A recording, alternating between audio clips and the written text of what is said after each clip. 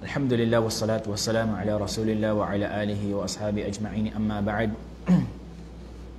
Assalamualaikum warahmatullahi wabarakatuh. Waalaikumsalam warahmatullahi wabarakatuh. Mga kapatid sa pananampalatayang Islam, walillahil hamd, ay patuloy po tayo sa ating pag-aaral sa fiqh. At alhamdulillah, ang last na nakuha natin, naalala nyo pa? Patungkol sa adhan at iqama. Tayyib. So, binanggit natin nakaraan yung literal na kahulugan ng adhan at kung ano yung kanyang pang-Islamikong kahulugan. Okay? Pag sinabing adhan, ano yung literal meaning niya? Okay, panawagan. Okay, panawagan. Okay? At sa Islamikong kahulugan ay panawagan na ang oras ng pagpasok ng oras ng sala, ng pagdarasal, bidhikrin makhsus, na mayroong mga salita o kataga na ginagamit na exclusive lang para doon. Okay? Ang iqama, ito yung pagtayo, di ba? Okay. Okay. Yun ang literal. Ang kanyang Islamikong kahulugan is yung panawagan na ang sala ay itatayo na. Ang adhan is panawagan na pumasok na ang oras ng sala. Ang iqama ay panawagan na itatayo na. Okay, mag-start na yung sala. Okay? Ano yung mga kondisyon na binanggit natin, natatandaan ninyo? Ano yung hukom niya? Ano yung batas niya? Fardu kifaya. Ibig sabihin, kung mayroon ng nagtayo, ibig sabihin mayroon ng adhan, ay hindi na magkakasala yung iba. Magkaiba sila ng fardu ain. Ang fardu ain, kailangan ang bawat isa gawa yun. Unlike ng fardu kifaya, yakfi, sapat na mayroong tumayo na isa. Hindi na magkakasala yung iba. Okay? Ano yung mga kondisyon niya? Binanggit natin nakaraan, natatandaan ninyo? Kailangan, ibig sabihin kondisyon ng taong mag-aadhan. Ayiwak. Kailangan, doon yun sa kanumaya, sa katangian. Okay? Kailangan Muslim. So, hindi pwedeng mag-adhan yung kafir. Hindi pwedeng mag-adhan yung kafir. Baka anong sabihin niya mag-adhan siya. Okay? At kailangan al-aqlu. Ibig sabihin, may tamang pag-iisip. Okay? Hindi majnun. Tayyib? At kailangan lalaki. Lalaki yung mag-adhan. Paano po pag sabihin nilang half po? Walang half. Lalaki. Okay? Ay yakun al-adhanu fi waqti as-salah. Kailangan ang adhan ay oras ng salah. Ibig sabihin nun, kung halimbawa nakita mo ganyan sa may halimbawa mayroong application na dumating na halimbawa yung oras, di ba? Bago pa lang mag-adhan. Ibig sabihin hindi before noon ay kapag nag-adhan ay hindi katanggap-tanggap yung adhan na iyon. So kailangan mag-adhan muli. Okay, kasi yung pag-adhan niya ay before ng oras niya. Okay? At kabilang din doon, kailangan ay naka-arrange siya at kailangan sunod-sunod. Ibig sabihin, pagtapos ng asyhadu an la ilaha illallah, asyhadu anna Muhammadar Rasulullah. At kailangan mutawalian. Ibig sabihin nun, hindi ka magpo-post ng matagal. Okay? Hindi ka magpo-post ng matagal. Sabihin mo, halimbawa, asyhadu an la ilaha illallah. Tapos, mga 1 minute, 3 minute, bago mo sundan, asyhadu an la ilaha illallah. Tapos matagal na naman ulit. Hindi yon. So, nasira mo yung kondisyon. Okay? Yung mga ka lang, mga ilang segundo, walang problema yon. Kung magkuha ka lang ng hininga, okay? Pero kung mga 1 minute, 2 minute, masyado nang matagal iyon. Okay? At kailangan ay, ang adhan ay sa lingwaheng Arabic. Hindi pwedeng Tagalog, Bisaya, Ilocano, Tausug, Maranao, ano pa man. Hindi pwede yan. Sabi mo, ang Allah ang dakila, ang Allah ang dakila. Ako ay sumasaksi na walang ibang Diyos maliban sa Allah. Ang ganun, no? Hindi yan pwede. Sabi mo, din-translate ko lang man po. Hindi yan pwede. Ang kailangan Arabic. Okay? Kasi yun ang nabanggit sa sunnah. Tayyib, yun yung mga kondisyon niya. Dito tayo sa katangian na mustahabba, okay, sa adhan. Ano yung mga katangian ng isang nag-aadhan na mustahabba siya?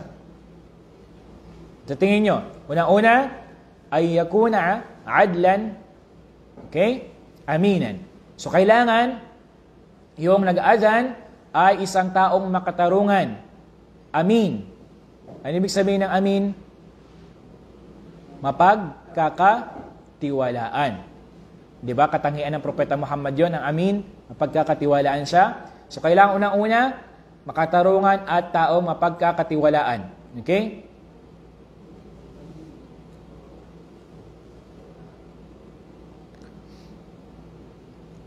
Gayon din, pangalawa, kailangan ay nasa hustong gulang na siya. Ay yakuna balighan aqilan. So, hindi pwede yung mag-adhan yung bata na wala pa sa tamang gulang. Okay? Di ba? Yung mga 5 years old, 4 years old, di ba? Hindi pa. Ay yakuna aliman bil awqat liyataharraha fayu'adhin fi awwaliha. So, kailangan ang nag-aadhan ay kailangan alam na alam niya kung ano yung oras ng sala.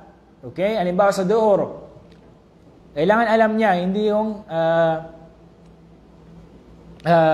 tawag dito, sabi niya, okay na to siguro kasi yung araw kasi ay ano na, di ba? Sa gitna na to, sabi niya, okay na to. Di ba? Pala, hindi pa pumasok yung time ng sala, so, hindi yun pwede. Okay? So, kailangan ay yakuna sayyitan. Pero kailangan malakas din yung boses para marinig. Hindi yung mahina yung boses na Allahu Akbar, Allahu Akbar.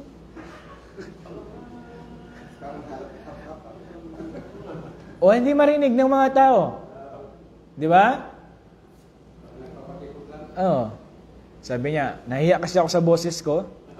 Pahina na lang. Hindi, kailangan malakas yung boses. Di ba? Kailangan malakas yung boses at the same time, doon din yung maganda yung boses. Maganda rin yung boses. Okay? Ang 5, ay yakuna mutatahhiran min al-hadath al-asghar wal-akbar. Kailangan malinis mula sa malaking pangyayari, hadath asghar at hadath akbar.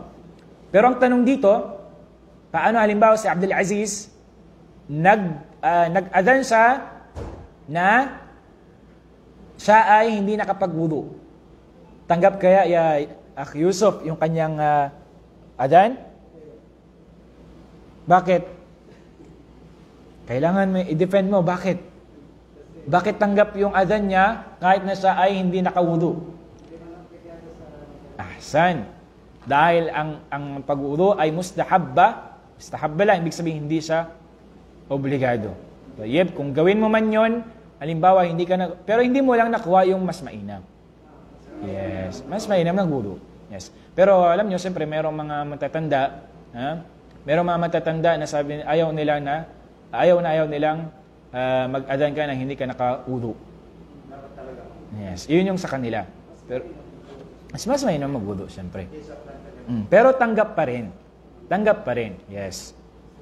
Yun kasi ang iba, paniniwala ng iba, lalo na yung mga hindi nag-aral ba, yun ang paniniwala nila at yung nakuha nila sa mga ninuno nila. Okay? Pang-7, pang-6 ay yu'adhina qa'iman mustaqbilan al-qibla. So, kailangan yung mag-adhan ay nakatayo at nakaharap sa qibla. Hindi yung nakaupo. Tamad magtayo. Kahit saan-saan lang nakaharap mag-adhan. Sabi niya, okay lang dito. Dito yung qibla, dito magharap. Okay, dito yung qibla, saan-saan siya magharap. So, kailangan Nakatayo at nakaharap sa kibla. Okay? Pangpito ay ja'ala isba'ayhi fi udhunay. Okay? So kailangan yung kanyang dalawang daliri ay ilagay niya dito sa kanyang sa tenga. Okay? Wa yudiru wajhahu ala yaminihi idha qala hayya 'ala as-salah wa 'ala yasarihi idha qala hayya 'ala al-falah. So kailangan ilagay dito yung kanyang dalawang daliri sa kanyang dalawang tenga, at kapag siya ay doon na sa hayya 'ala as-salah, ang kanyang mukha ay ihaharap niya sa kanan. Hayya 'ala as-salah. Okay? Ganon. Yun ay mustahabba. Sa hayya 'ala al-falah naman, sa kaliwa. Hayya 'ala al-falah. Okay? Nakaganon. Kanan. Ang hayya 'ala al-falah ay kaliwa. Tinatawag na hayya. Okay? Hayya. At pangwalo na sifa, katangian na mustahabba, ay yung sa adhan ay mabagal yung pag-adhan. Okay? Mabagal siya. Pero pagdating sa iqama, kailangan mabilis. Hindi mo na kailangan na pagandahin pa ng gusto yung pag-iqama. Kasi ang ginagawa ng iba, ang haba masyado ng iqama. Oo. Aywa. Yun din. Allah, no, binapahaba pa. Talagang feel na feel pa, 'di ba? Pero hindi, ang mustahabba sa adhan ay medyo mabagal, sa iqama ay mabilis siya. Hindi mo na kailangan patagalin, okay? Sa adhan naman, sa adhan ng Jum'ah, sa adhan ng Jum'ah, 'di ba dalawang adhan 'yon? Sa unang adhan, mabagal lang. Pero sa pangalawang adhan, mabilis na yun siya. Okay? Kahit hindi sa iqama. Tandaan nyo ha, iqama kailangan medyo mabilis siya, at yung pangalawang adhan sa khutbah, kailangan mabagal lang. I mean, mabilis. Sa unang adhan, mabagal. Sa pangalawang adhan ay mabilis na. Okay? Hindi sa katulad ng unang adhan na yun. Pero yung kasing akta, yung kalimitan nangyayari sa atin. Okay? Sinusuin pa rin talaga doon. Okay? So yun.